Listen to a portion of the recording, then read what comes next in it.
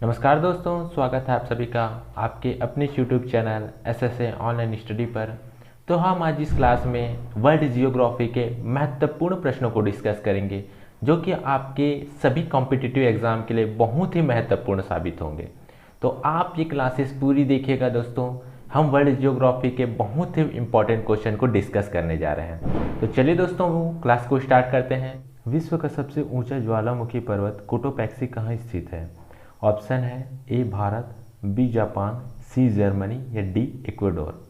तो दोस्तों, विश्व का सबसे ऊंचा ज्वालामुखी पर्वत कोटोपैक्सी स्थित है इक्वाडोर में। इक्वाडोर कहाँ स्थित है? तो इक्वाडोर स्थित है आपका दक्षिणी अमेरिका महाद्वीप में। यह दक्षिणी अमेरिकी महाद्वीप का एक देश है ना। तो आप इस चीज़ को याद रखिएगा कि दक्षिणी अमेरिकी महाद्वीप में स्थित है। एंडीज पहाड़ी पर ही है आपका ज्वालामुखी पर्वत कोटोपैक्सी, जो कि सर्वाधिक सक्रिय ज्वालामुखी है। और एंडीज पहाड़ी दुनिया की सबसे लंबी पर्वत श्रेणी है। सबसे लंबी पर्वत श्रेणी है, आप इस चीज़ को भी याद रखिएगा। इसके अलावा इक्वाडोर की राजधानी के बारे में जान लेते हैं। इसकी राजधानी क्या है? तो इसकी राजधानी है क्विटो। और यह दुनिया की सबसे ऊंचाई पर स्थित राजधानी है। विश्व की सबसे ऊंचाई पर स्थित राजधानी है। ठीक है, तो इस फैक्ट को भी आप याद रखिएगा। और इक्वाडोर को इक्वेटर यानी कि विषुवत रेखा दो बराबर भागों में विभाजित करती है। यानी कि इक्वाडोर से ही आपका विषुवत रेखा गुजरती है, यानी कि इक्वेटर गुजरती है, जिसके आधार पर ही देश का नाम इक्वाडोर रखा गया है। तो आप इस फैक्ट को भी याद रखिएगा। ठीक है, चलिए अगले क्वेश्चन की ओर बढ़ते हैं। विश्व की सबसे बड़ी मीठे जल की झील है। ऑप्शन है ए सुपीरियर झील, बी बैकाल झील, सी मिशिगन झील या डी विक्टोरिया झील। तो दोस्तों, इसका सही ऑप्शन हो जाएगा सबसे मीठे पानी की जो झील है वो है आपका सुपीरियर झील, जो कि यूएसए और कनाडा की सीमा पर स्थित है। इसे हम ग्रेट लेक्स कहते हैं। इस झील को हम क्या बोलते हैं? ग्रेट लेक्स के अंतर्गत 5 झीलें आती हैं। याद रखिएगा कौन कौन सी वो झील है। सुपीरियर है, एक तो हो गया सुपीरियर, दूसरा है आपका मिशिगन, ह्यूरॉन, इरी और ओंटारियो। तो ये 5 झील हैं। एक है मिशिगन, दूसरा है ह्यूरॉन और तीसरा है इरी और चौथा है ओंटारियो और पांचवा है आपका सुपीरियर झील। तो इन 5 झीलों को हम बोलते हैं ग्रेट लेक्स। यही आपका यूएसए और कनाडा की सीमा का निर्धारण करते हैं। ये पांचों झील आपकी एक दूसरे से जुड़ी हुई है। तो आप इस चीज़ को याद रखिएगा। ठीक है दोस्त। और इस सुपीरियर झील का यूज़ दोनों देश करते हैं। दोनों देश इसका उपयोग करते हैं। यूएसए और कनाडा दोनों देश इस झील का उपयोग करते हैं। ठीक है दोस्तों, चलिए अगले क्वेश्चन की ओर बढ़ते हैं।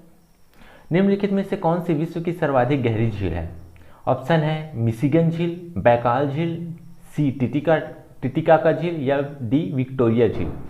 तो दोस्तों, विश्व की सर्वाधिक गहरी झील है आपका बैकाल झील। बैकाल झील सर्वाधिक गहरी झील है। और यह कहाँ स्थित है? तो यह रूस में स्थित है। याद रखिएगा दोस्तों, यह रूस में स्थित है। रूस के साइबेरिया क्षेत्र में बैकाल झील स्थित है। यह विश्व की सर्वाधिक गहरी झील है। आप इस चीज को याद रखिएगा। चलिए अगले क्वेश्चन की ओर बढ़ते हैं। ड्रैकेंसबर्ग पर्वत है ए दक्षिण अफ्रीका में, बी ज़ाम्बिया में, सी नामीबिया में या डी इनमें से कोई नहीं। तो दोस्तों, ड्रैकेंसबर्ग पर्वत है आपका दक्षिण अफ्रीका में आपका ड्रैकेंसबर्ग पर्वत है। आइए दक्षिण अफ्रीका के बारे में थोड़ी बहुत बातें जान लेते हैं। दक्षिण अफ्रीका की 2 राजधानियां हैं दोस्तों। इसकी 2 राजधानियां हैं। पहली राजधानी है प्रिटोरिया और दूसरी राजधानी है केप टाउन। प्रिटोरिया आपकी प्रशासनिक राजधानी है और केप टाउन आपका वैधानिक राजधानी है। तो आप इस चीज को याद रखिएगा। प से प्रिटोरिया, प से प्रशासनिक राजधानी, ठीक है। और केप टाउन है आपका वैधानिक राजधानी।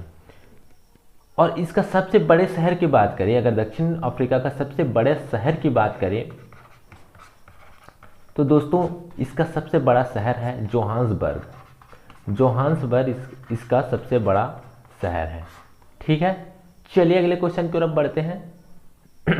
स्वेज नहर का निर्माण कब हुआ?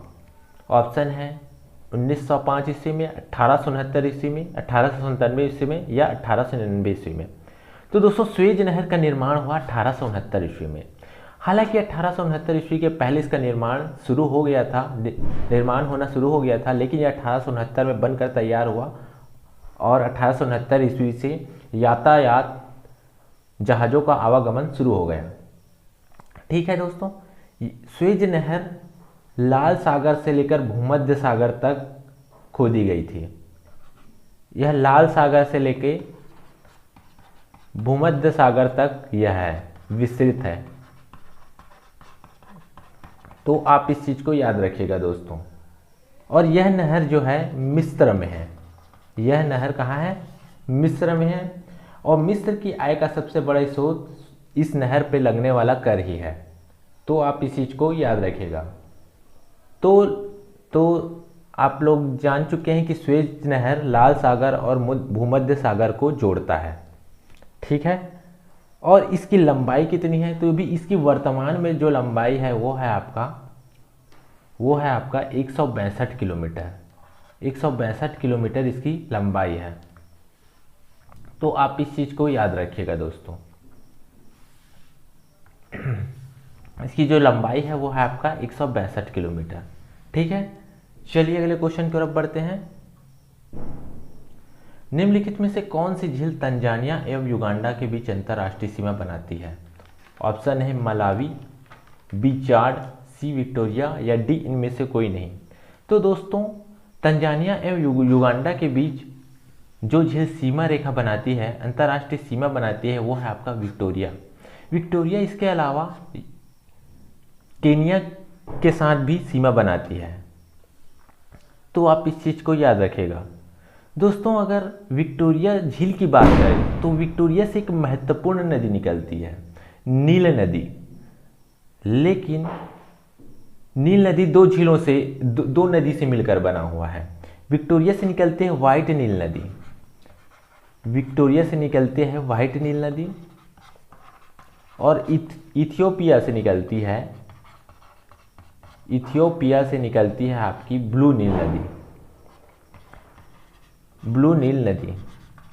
तो विक्टोरिया से निकलते हैं व्हाइट नील नदी और इथियोपिया से निकलती है आपकी ब्लू नील नदी। दोनों नदी मिलती है आपकी खार्तूम में, तो इनको हम संयुक्त रूप से नील नदी कह देते हैं। ये दोनों नदी कहाँ मिलती हैं? खार्तूम में।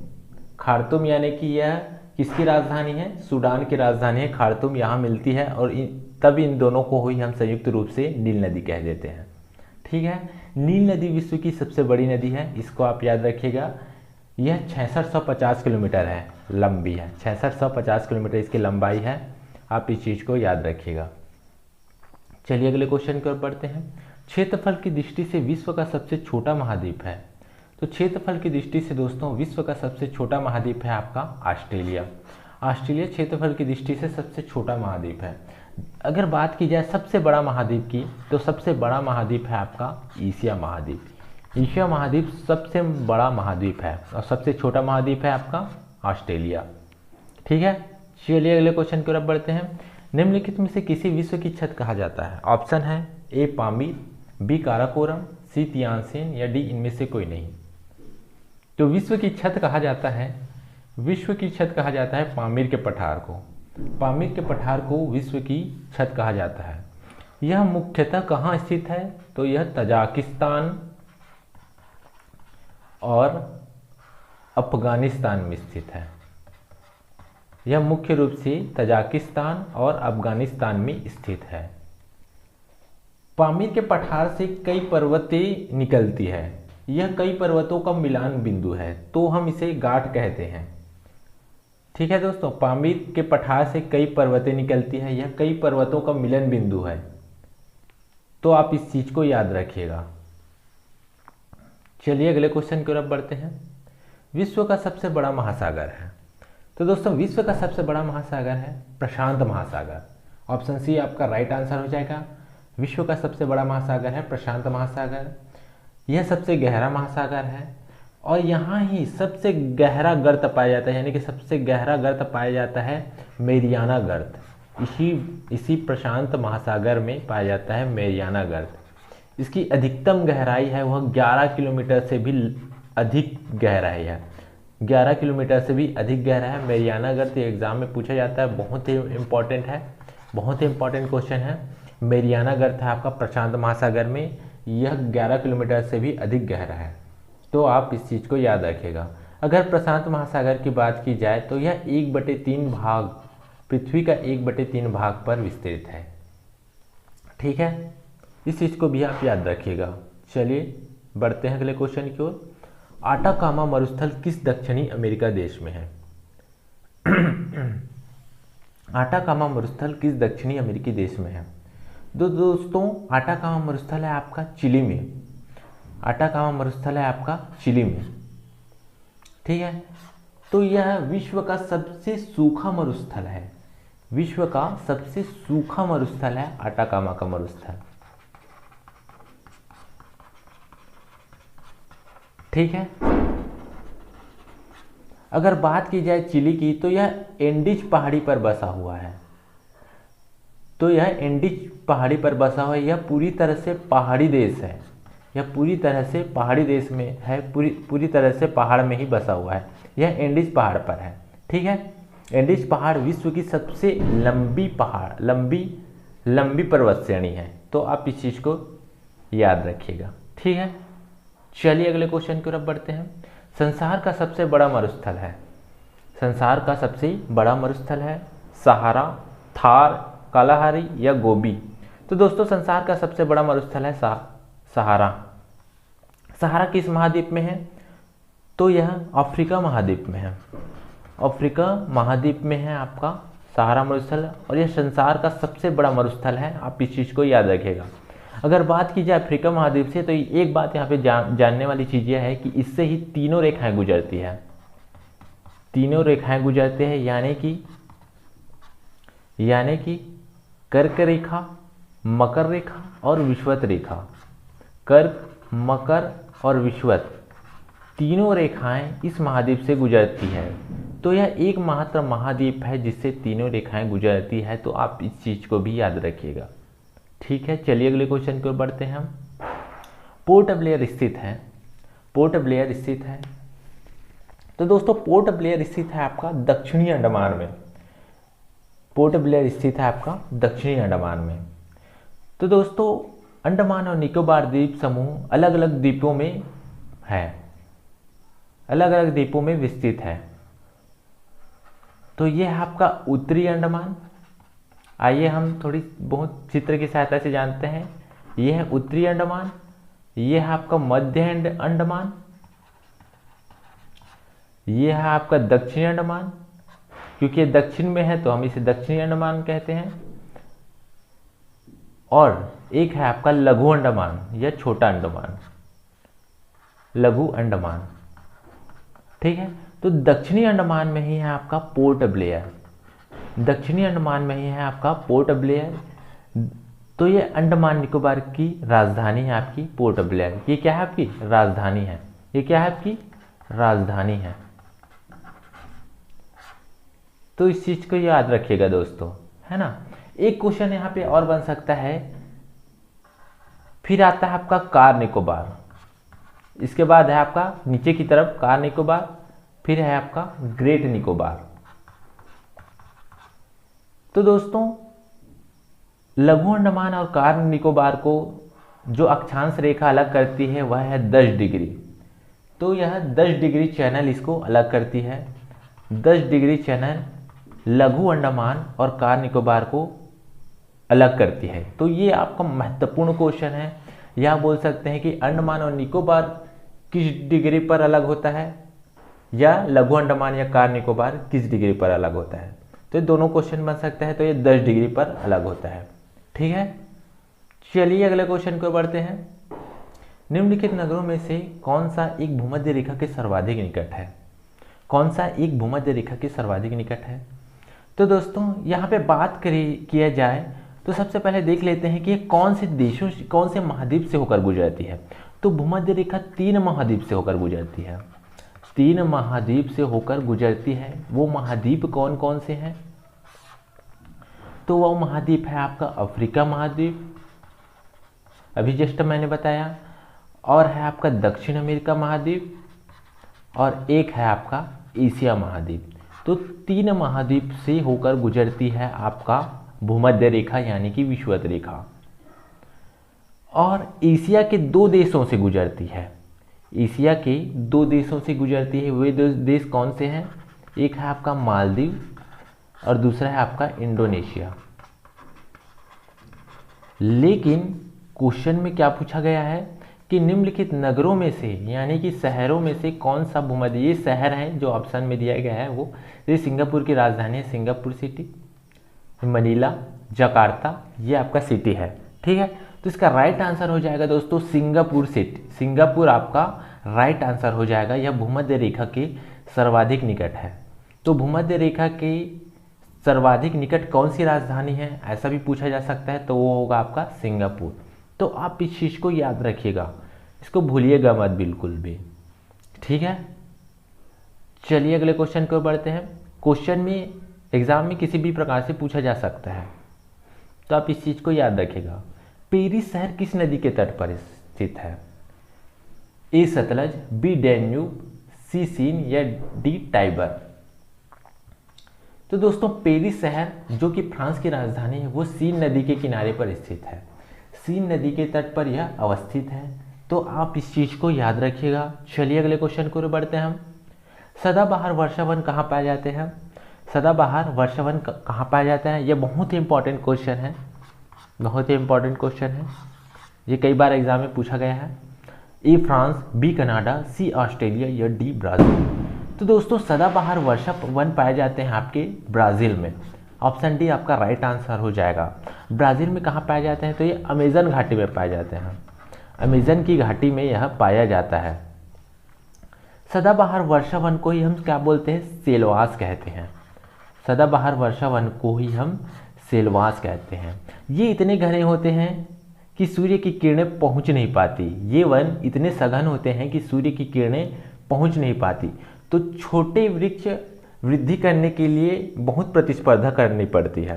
तो छोटे वृक्षों को वृद्धि करने के लिए बहुत प्रतिस्पर्धा करनी पड़ जाती है। इसी कारण से वे पेड़ों के सहारे लटक कर या लता के सहारे चारों तरफ लपेट कर ऊपर की ओर सूर्य की किरणें को ऊर्जा के रूप में प्राप्त करने के लिए ऊपर उठती है बड़े पेड़ों के सहारे। ठीक है, आप इस चीज़ को याद रखिएगा। तो सदाबहार वर्षावन यहाँ क्यों पाए जाते हैं? इसका मुख्य कारण यह है कि यहाँ पे विषुवत रेखा है, कि यह विषुवत रेखा से गुजरती है। विषुवत रेखा ब्राज़ील से होकर गुजरती है और विषुवत रेखा पर आप जानते हैं कि विषुवत रेखा पर के आसपास का जो क्षेत्र होता है वहाँ पर वर्षा बहुत अधिक होती है।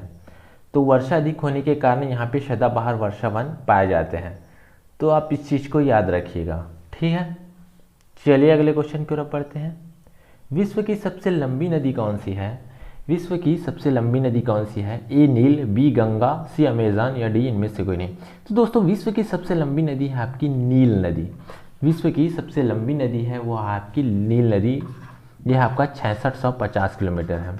जबकि विश्व की दूसरी सबसे लंबी नदी कौन सी है?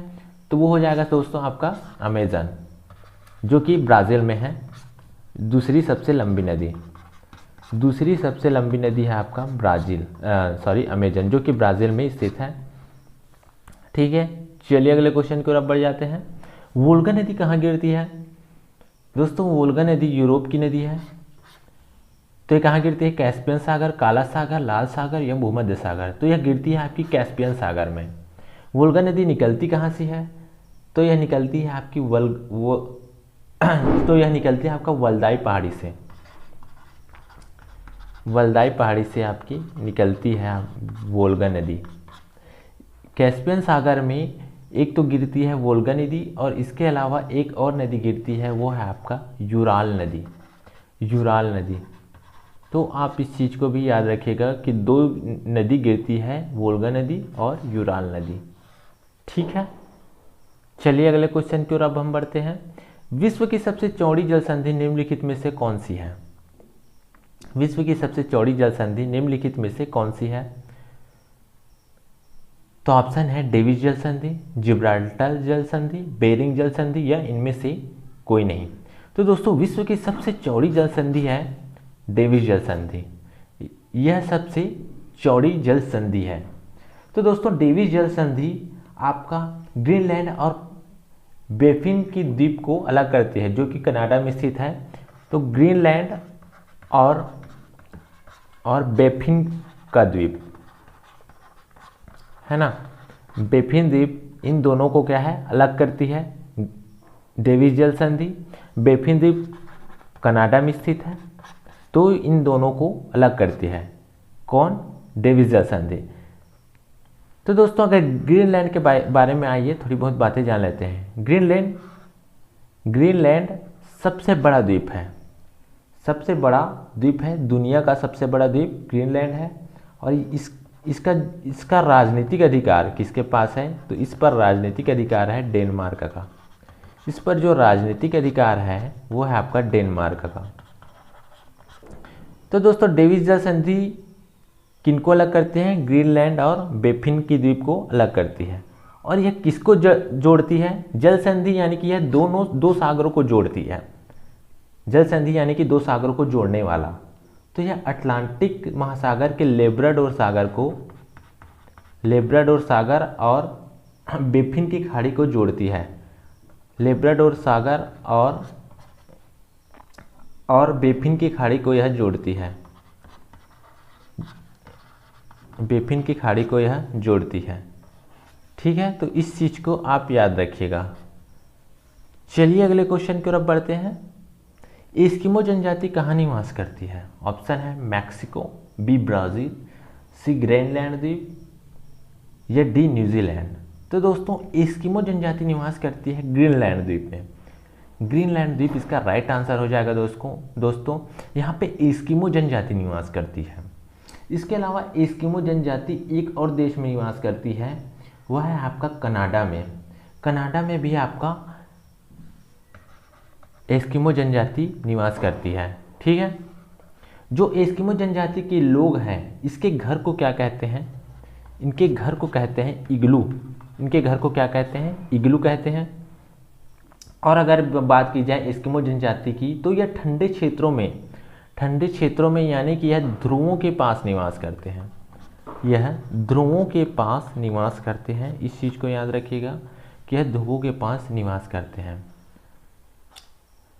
मैक्सिको यहाँ पे दिया गया ऑप्शन में मैक्सिको की जो जनजाति है उसका नाम क्या है? वो है आपका माया। मैक्सिको में जो जनजाति निवास करती है उसका नाम क्या है? माया। ब्राज़ील में जो जनजाति निवास करती है उसका नाम क्या है? बोडो, या बोल देते हैं हम बोरो। बोडो या बोरो एक ही है, बोडो या बोरो। ये ब्राज़ील की जनजाति है। और न्यूजीलैंड की जो जनजाति है वो है आपका माओरी। माओरी न्यूजीलैंड की जनजाति है। तो ये सभी जनजाति, जितने भी देश की जनजाति हमने अभी बताए हैं वो सभी इम्पोर्टेंट हैं। तो ठीक है, तो इस सभी जनजाति को आप याद रखिएगा। ठीक है, यूरोप का सर्वाधिक महत्वपूर्ण बंदरगाह रॉटरडम किस देश में स्थित है? किस देश में स्थित है? तो ऑप्शन है Netherland, B Belgium, C Germany या डी फ्रांस। तो दोस्तों रॉटरडम जो कि महत्वपूर्ण बंदरगाह है वो है आपका नीदरलैंड का। नीदरलैंड की राजधानी है एम्स्टर्डम। इसकी जो राजधानी है वो है आपका एम्स्टर्डम। यहाँ ही है आपका रॉटरडम बंदरगाह।